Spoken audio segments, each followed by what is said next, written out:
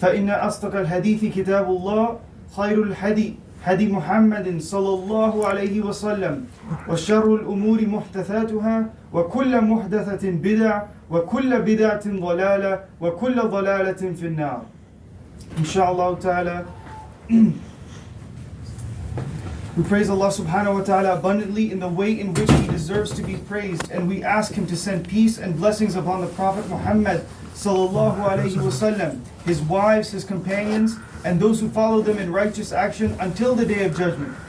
Verily, the best speech is the speech of Allah, uncreated, and the best advice is the advice of the Prophet Muhammad sallallahu alayhi wasallam. For every newly invented matter in the religion is an innovation, every innovation is a misguidance, and every misguidance shall lead to the fire of Jahannam. In this blessed month of Ramadan, we are all consumed with the blessed siyam that Allah Azza wa Jal has legislated upon the ummah of Prophet Muhammad sallallahu alayhi wasallam. And the unfortunate matter is that a lot of us have lost focus on the real meaning and the true essence of what the fast is supposed to be. Far too often are we concerned with the matters of, oh, did I swallow the toothpaste when I was brushing my teeth today? And oh, did a droplet of food fall from my mouth when I was praying Fajr after the suhoor today? Now, I don't mean to mention these things as a mean to make jest of the true nature of the fast and the struggles of the fast and the condition and the state that we're in. No.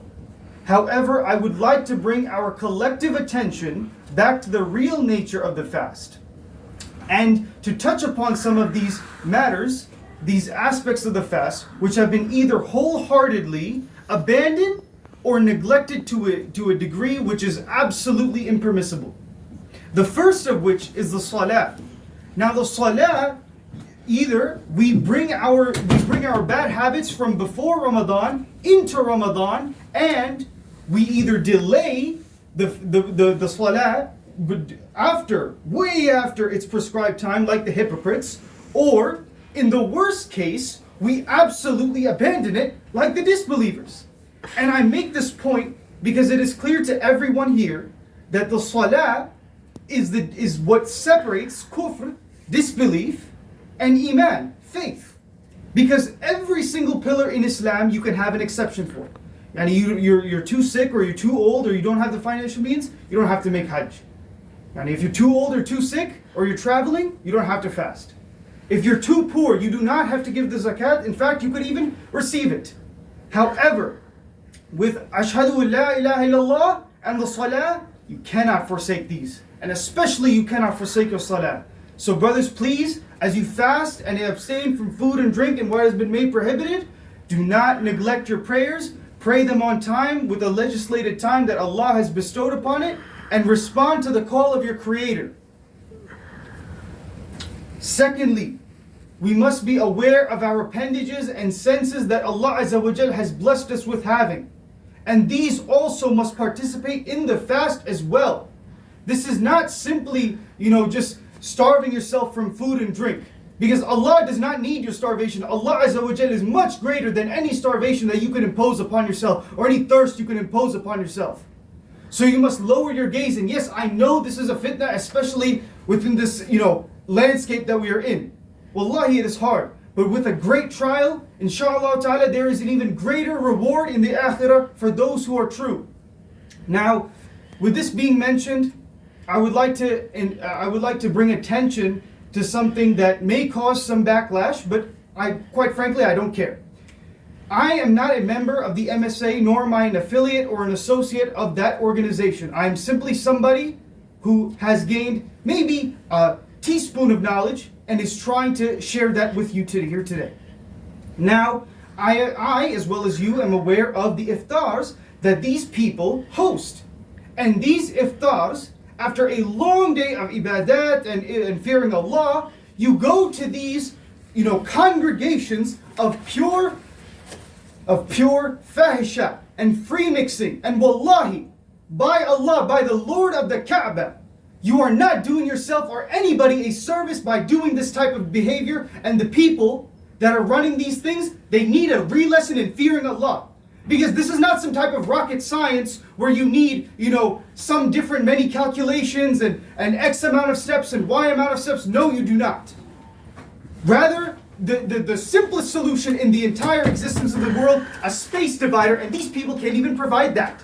And yes, I have, and before people say, oh, you should have advised them in private, wallahi, billahi, tallahi, I have advised these people in private, and always it's oh, we have to grease some hands, oh, it's this, oh, it's that. You know, I'm not trying to judge these people's intentions, but if you're going to facilitate something for the Muslims, it should be in accordance with the Sharia of Allah Azza wa Jal. Because it is not this administration with this idea, with that idea that we should be fearing. We should be fearing Allah. And this is Ramadan. For the sins that you commit in Ramadan are far worse than the sins that you commit in other months. This is a blessed month of Ramadan. This is the month of Rahmah. This is the month where the Quran was revealed. And sometimes when people don't fear Allah, this is the biggest sign that these people are misguided, and this is not the actions of which should be a Muslim student association. This may be some cultural association. A'udhu billah. And Allahumma barik, our ears are a great blessing that Allah has blessed us with. However, some brothers, and I take this as an advice for myself before you all, some of us, we listen to music during this month. And yes, music is haram. There's no other way of going about it. You can listen to whatever kind of deviant storyteller you want, who will try and give you some funny kind of opinion on how the sanad where Abdullah ibn Mas'ud narrated upon us that the music is haram, that there's some drunkard or some liar in that chain. Wallahi, you need to fear Allah. Because if you meet Allah on Yawmul Qiyamah with that kind of nonsense, wallahi, that deviant that you followed, he will free himself from you and you will be free from him. And you will have to answer to Allah. Why did you listen to music during this month of Ramadan? Any other month, we could have made tawbah from it, but why are we disrespecting Allah so openly, so brazenly? In the daylight hours, with this listening to this filthy music. So distance yourself from this music, from the speech of the shayateen, and come back to the uncreated, perfect speech of Allah in the Quran. And it is a month of Quran, Shahr Quran. We should obsess and really reflect upon the miracles of the Quran in this month. أقول قولي هذا واستغفر الله.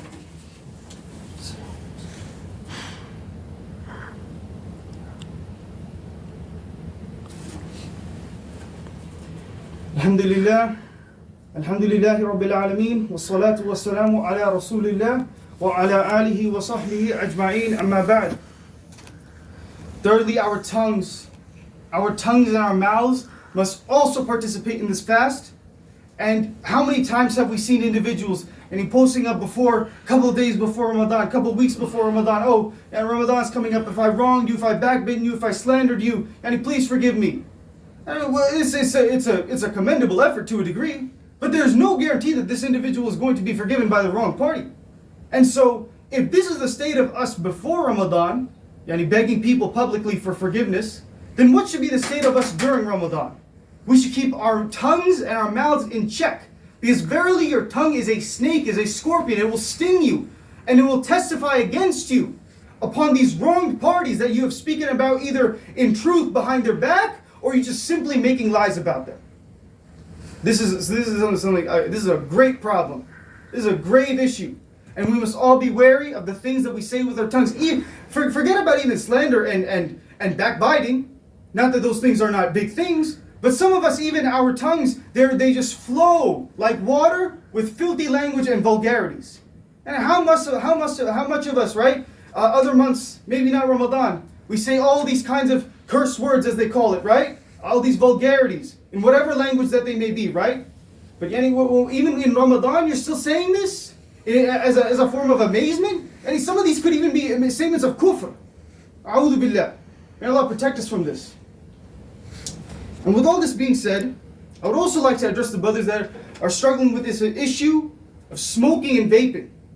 And who are you? What kind of amazing individual are you that you abstain from food and drink this whole time during the daylight hours, and then once iftar hits up, it's time to make this permissible for myself. Let me go smoke and vape.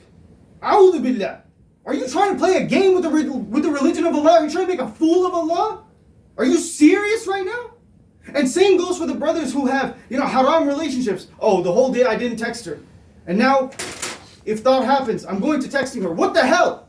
Seriously, you guys need to wake up. And I'm not talking about you guys, I'm talking about those individuals. Seriously, are we trying to make a fool out of Allah Jalla wa Ala? Seriously, this needs to be re-examined, really thought about. Because this is something, Allah, do not play with the fast and do not play with this ibadah that Allah has legislated upon us. Because this was given to previous nations so that they may earn piety. However, this is the true nation of Allah. And if we are going to continue to do these kinds of foolish things, these funky things, Allahu alam what your state will be on Yawm al-Qiyamah. And I say this all because of the hadith narrated by Jabir ibn Abdullah, may Allah be pleased with him, with the sahih grading from Al-Imam, Al-Allama, a true mujaddid, a reviver of the hadith sciences, Shaykh al-Islam, Nasiruddin al-Albani. He had given this a sahih rating. And anybody that wants to dispute al-Albani, I come forth. Bring some muhaddithin and bring some of your own skills. Because you will not be able to even amount to even a pebble of a mountain of this knowledge that this man was. Wherein the Prophet Muhammad sallallahu alaihi wasallam said, Ameen to the dua of Jibreel alayhi salam when he said, woe to the slave to whom Ramadan comes and he is not forgiven. And the scholars mention that part of the signs that a person is not forgiven during the Ramadan is that he returns to the same evils right after Ramadan has finished that he was engaged in beforehand.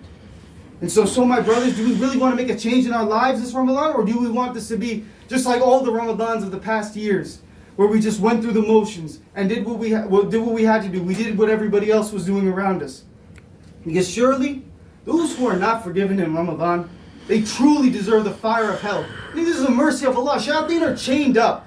Allah has opened the gates of paradise wide open for you. And yet you're still blatantly disrespecting Allah. You're still blatantly going back to it again and again and again. And I'm not saying this to make light of our situation and make fun and make joke and belittle brothers and just needlessly rebuke them. No. I'm trying to wake you all up to the fact that this is the time where we can rectify our condition, truly rectify our condition. And you read the stories of the Salaf, the righteous Salaf. You read the stories of the great scholars of Al-Islam. You know, Imam al-Shafi'i, rahimahullah, he used to read the Quran completely, twice in one day. I know Imam al-Shafi'i wanted Jannah. I can't even do a little bit of that ibadat. And yet I still want Jannah. What is the condition of our situation? Really a pathetic condition we are in. However, now, like I said, now is the time to rectify ourselves. Now is the time to change and really trying to change for the better. Because even if we can't even, and wallahi, we cannot even come close to the Salaf and the great scholars of Al-Islam and the Sahaba. But at least, when we meet our Lord, we can at least say, Ya Rab, we gave a sincere effort. We tried, Ya Rab. We really did. Only to seek your face and your pleasure. Anything that I've said which is wrong, it's from me and Shaitan, and Allah and His Messenger are free from it. سبحانك الله وبحمدك أشهد أن لا إله إلا أنت أستغفرك وأتوب إليك. السلام عليكم ورحمة الله وبركاته وأقم الصلاة